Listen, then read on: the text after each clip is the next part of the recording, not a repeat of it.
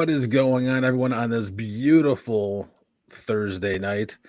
I am your host, Joey Schneider, along with Kevin Sledz, the man who just does not age. Kevin, it's been a little bit since we talked Cavs.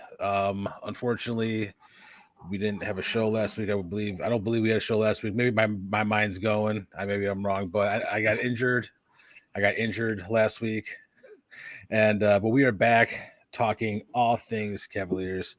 You know what? Let's start off with some good stuff, Kevin. I don't like to start off with bats. Let's start off with some good stuff. Last night, the Cleveland Cavaliers 116-95 victory over the New Orleans Pelicans.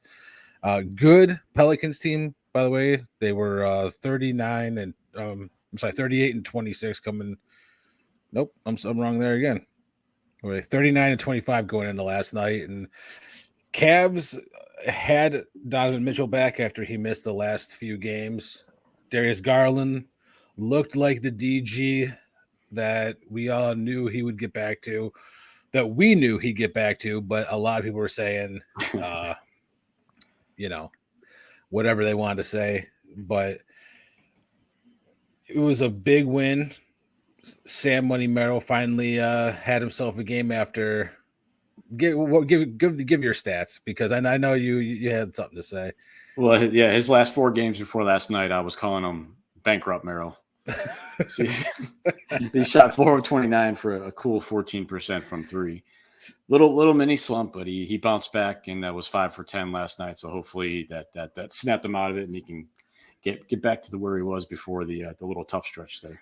You know, we have given Sam Merrill a ton of credit on the show, but for as much credit as we give players, we will, we know that there's peaks and there's valleys in every season, and players, they go into some games not hitting their shots, and it's happened to George Niang a bunch of times, and George Niang is one of my favorite players, and not just on the Cavs but in the entire league, and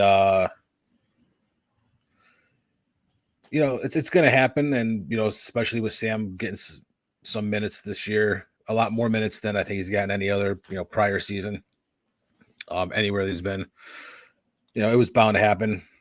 But it was a big win because with Mobley out for a little while and, we were without Mitchell for a couple of games, we were really going deep down the bench, which, I'm totally fine with. If I'm being honest, I want to see more Craig Porter Jr. and Amani Bates and Pete Nance and Isaiah Mobley getting minutes.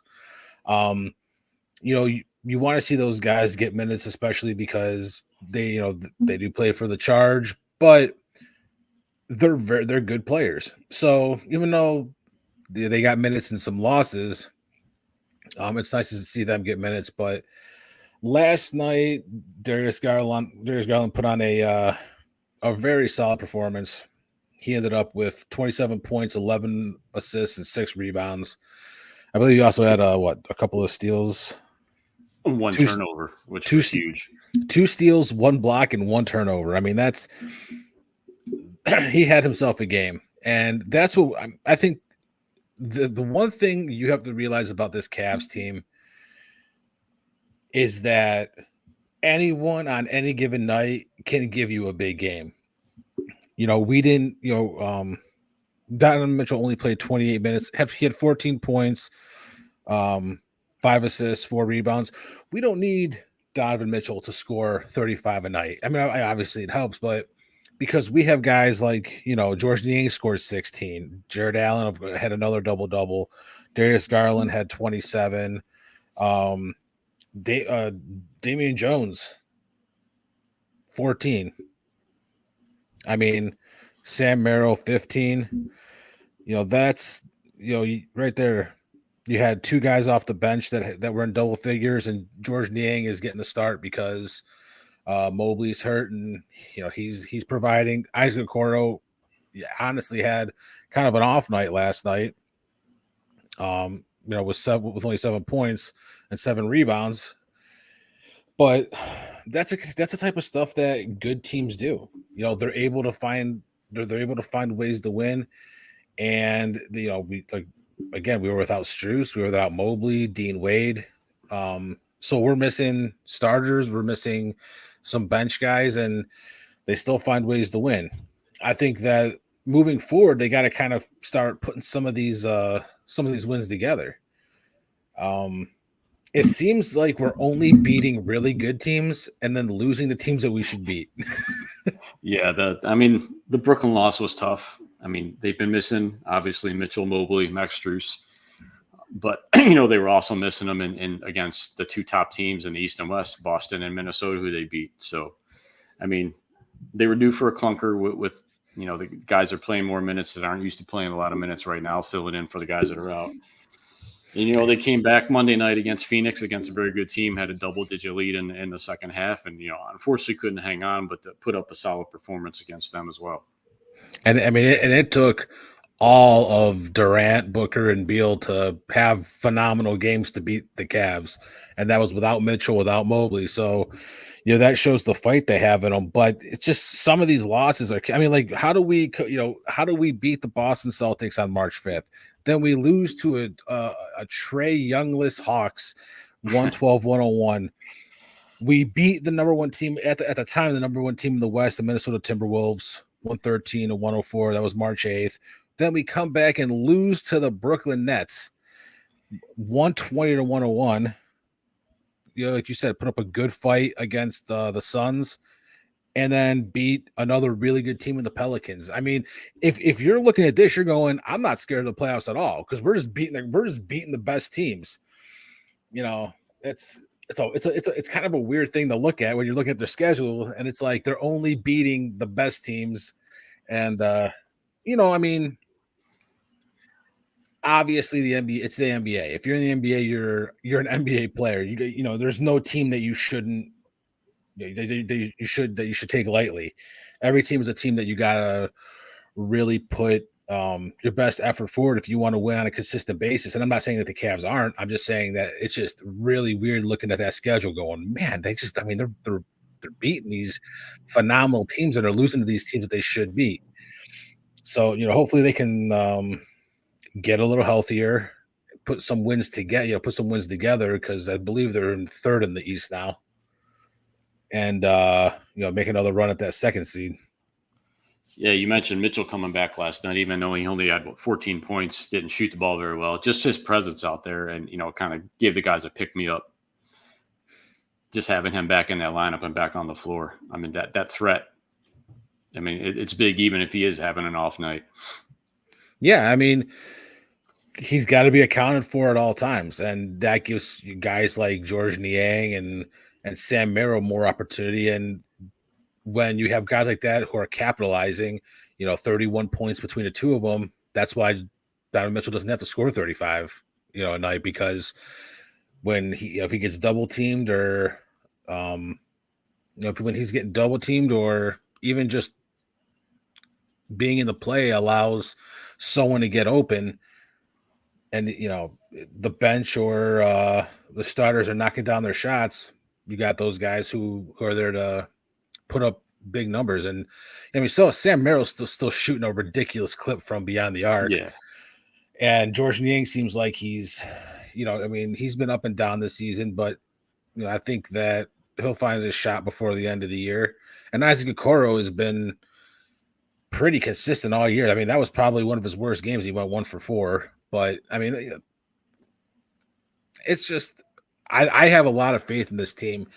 You're not going to hear me say anything too negative, if anything negative at all, because I just feel like this team at their best can beat any team in the NBA. I don't know if you feel the same way, and that's a bold statement from me. And even seeing what they've done the last couple of games, and I'm not going to sit here and say that I'm not a homer because we're from the Cleveland area. We cover Cleveland high school sports. We cover Cleveland professional sports. We cover Northeast Ohio college sports. We cover everything Northeast Ohio.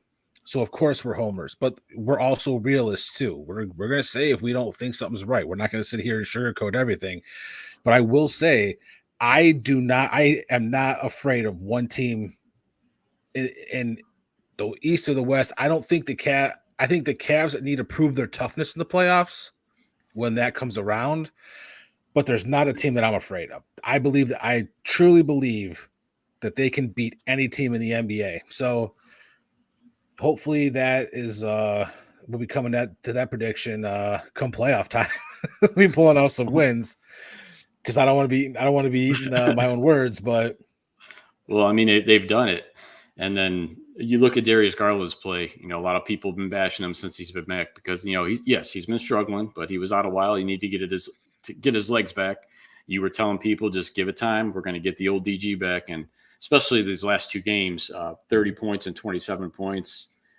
He shot 13 of 20 from 3-point range. He's got his long range shot back, so he's finally looking like the player we thought he was going to be, this year prior to the injuries. Right, and there's been games prior to that where people have been calling for his head, and he had like 14 points and 10 assists. You're like, but then you look at the stats and you're like, but there's 7 guys in double figures. Right. we don't need everyone to score 30, 35 a night. There's only one basketball. If I see 7 or 8 guys, in double figures, we probably won the game. So, you get more worried when you see one guy that had like 35 points and maybe you only had one or two other guys in double figures. You're going, oh God.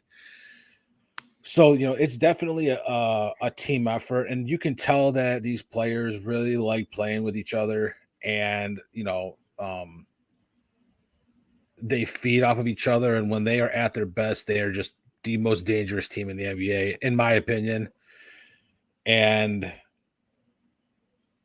I think the one thing they need to be prepared for, and I've been thinking about this a while, and I think I shouldn't say a while, but when Evan Mobley comes back, people are going to pile on top of him and be like, he's not the same Evan Mobley that he was. Okay, listen, he has been out.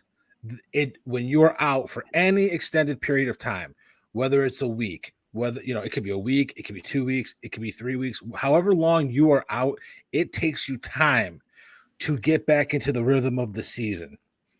You're not on the court, you're sitting there and you're watching, and there's a big difference between playing every night, every other night, being in that rhythm, and having to sit on the bench because you're just not getting that conditioning in that you're used to. So when Evan Mobley comes back, if the first person, I just want everyone to know, I love everybody.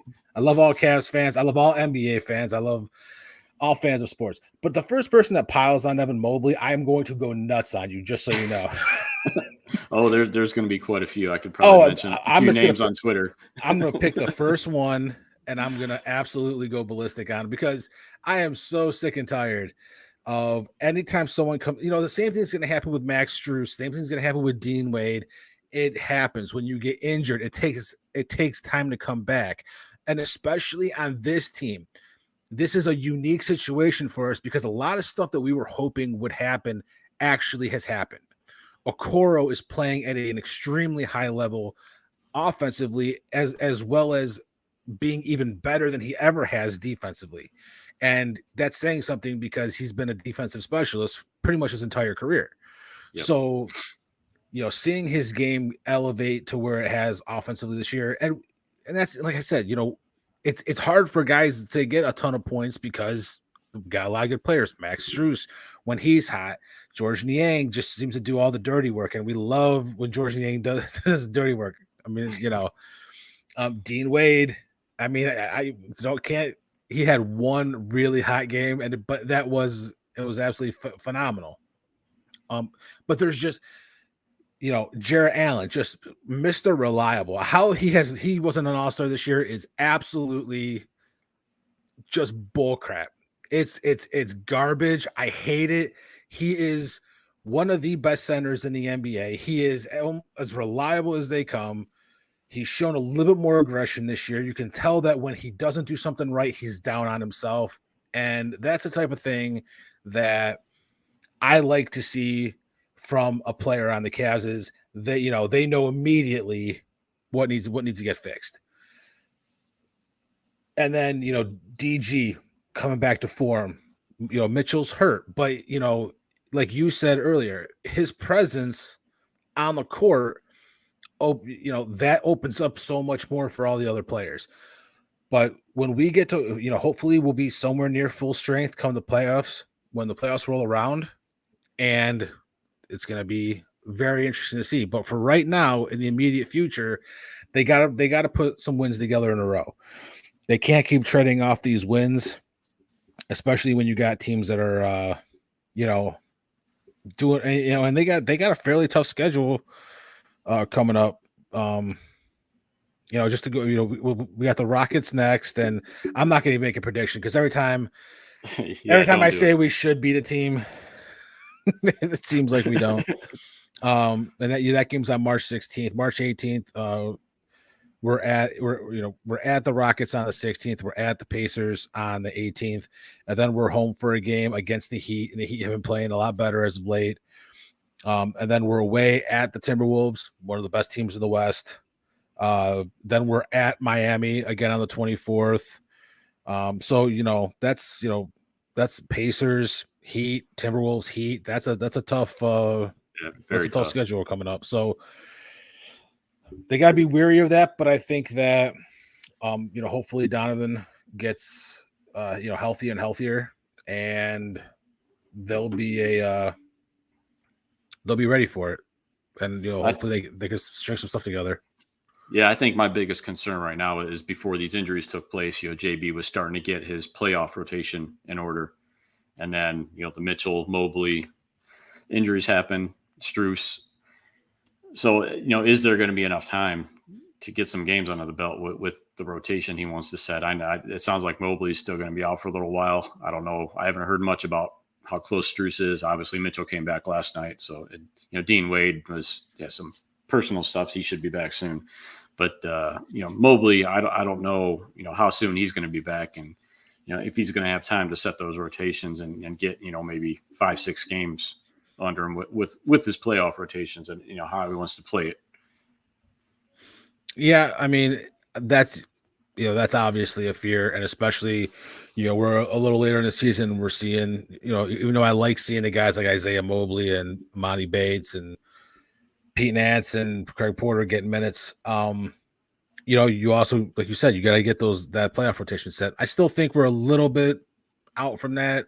Maybe another 5-6 games. So hopefully we can get these guys closer. I think Mobley, maybe I'm hoping he maybe gets 10, 15 to 10, hopefully between 10 and 15 more games before, or that he'll get those in before we hit the playoffs.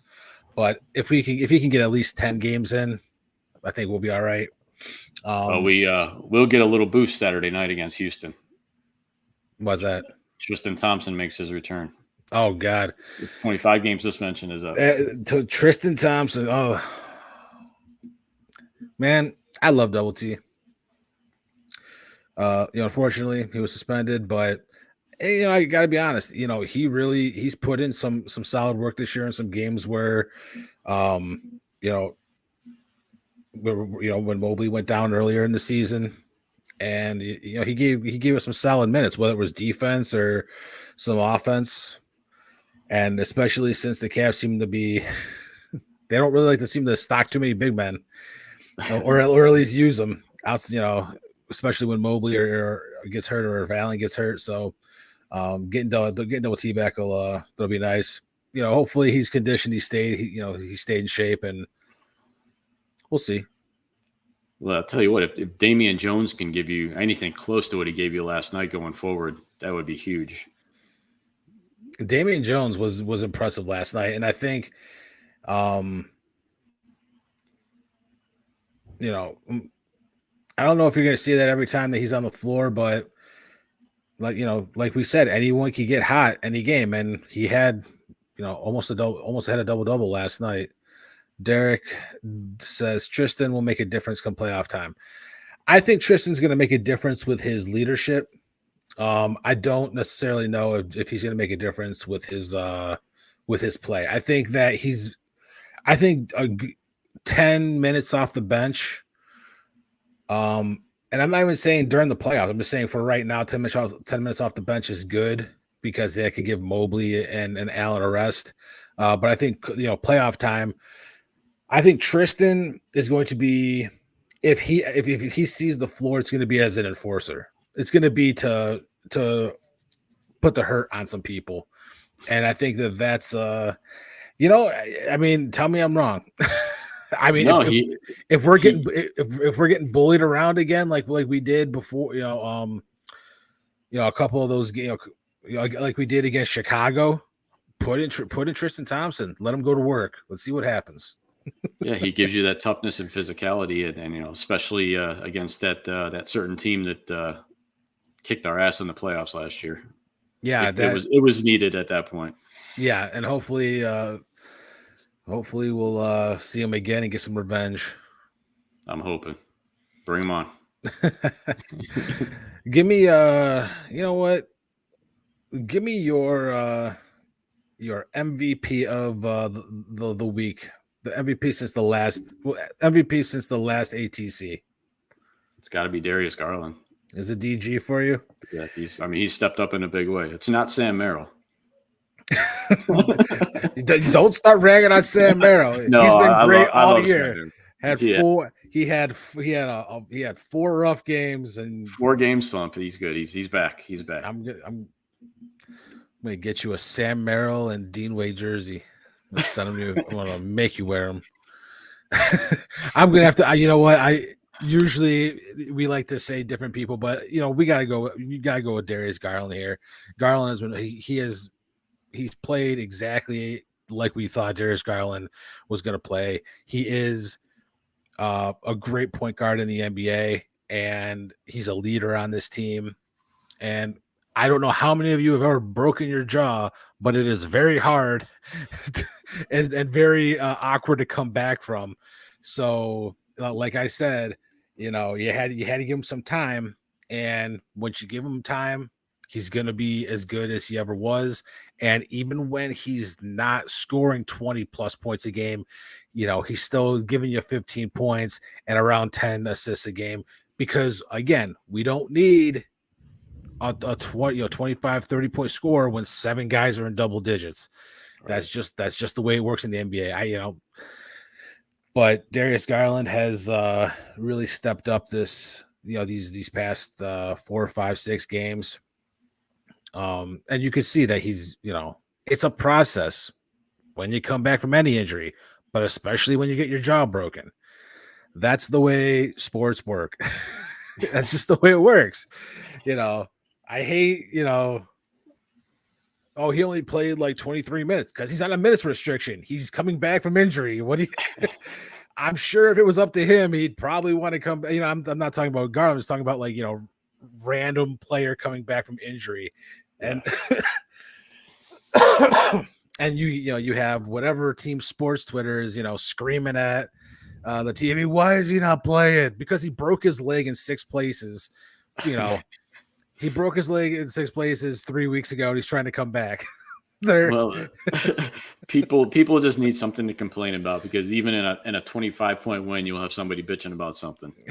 It's reality. It's Twitter world. It's an amazing place. Yeah, and I want to say this: Cleveland gets a bad rap, and I'm gonna say that yes, there is.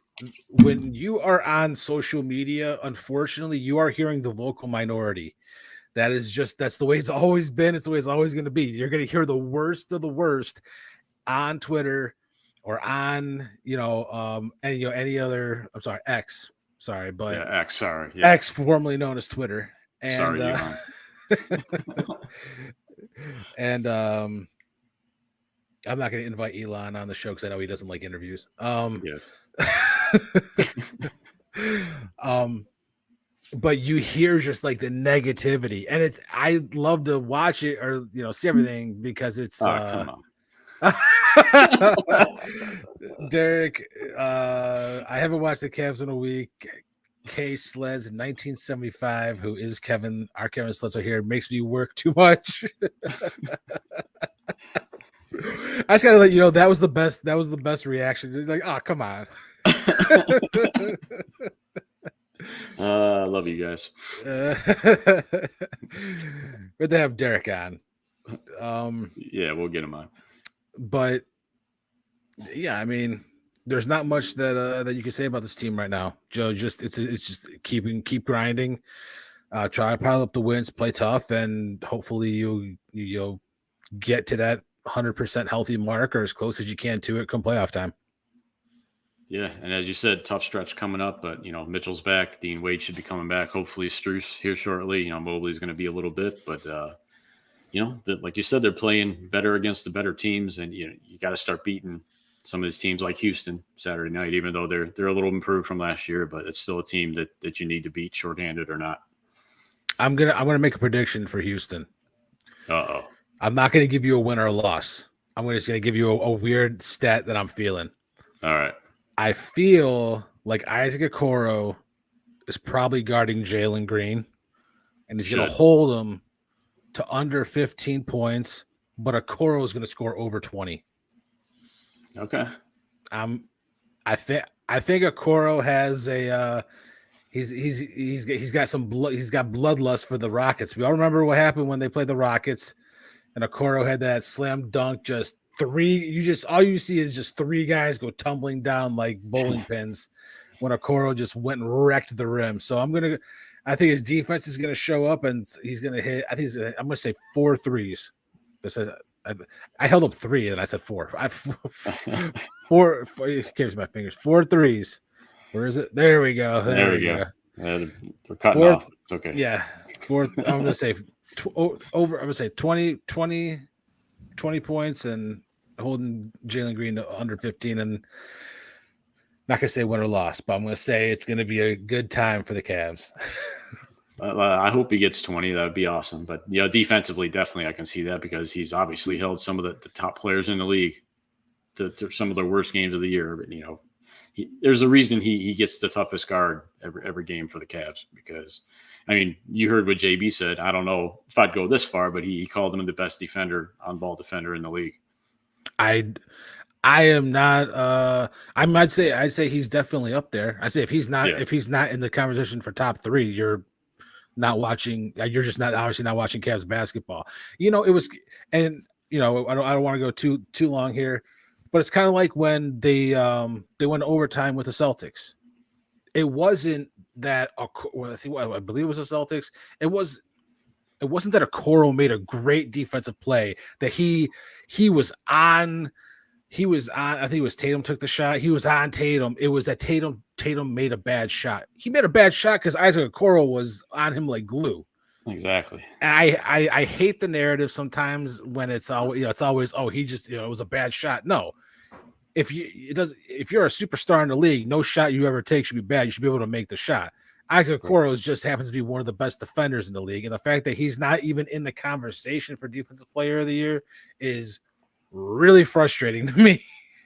So, but sometimes it's all stats based, and Okoro doesn't have a ton of blocks, a ton of steals, but as far as defending the best players, he does, and week in, week out, he holds a lot of them to their lowest totals of the season.